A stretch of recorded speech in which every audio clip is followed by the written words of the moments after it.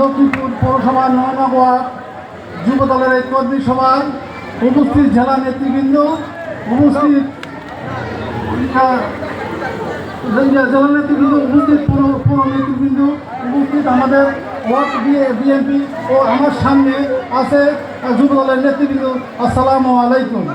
আমি দীর্ঘ 17 বছর আমাদের এই নেতাকর্মীর সঙ্গে আমি দীর্ঘদিন দায়িত্ব পালন করেছি।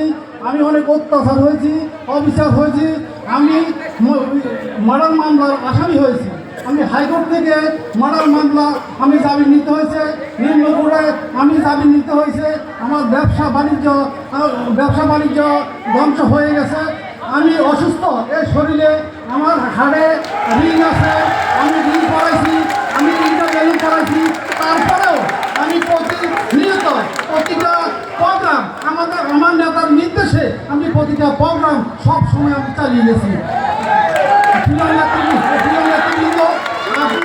আমি এখানে সভাপতি প্রার্থী, আপনারা অন্তত আর একবার আমার সুযোগ দেন। অথচ আমার এবং ব্যবসা নাই, বাণিজ্য নাই, কোনো কিছু নাই।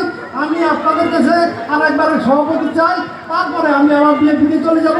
আমি জেলা কোনো দায় দায়িত্ব চাই না, আমি পৌর কোনো দায় দায়িত্ব চাই না। আপনারা ৯ নম্বর ওয়ার্ডে সুন্দর সবাইকে মিলে সুন্দর একটা কমিটি দেন। আমি দীর্ঘদিন থেকে সকল নেতৃবৃন্দকে নিয়ে, আমার ওয়ার্ড নেতৃবৃন্দ নিয়ে একসাথে সুন্দরভাবে আমি এই দল পরিচালনা করেছি, যুব দল পরিচালনা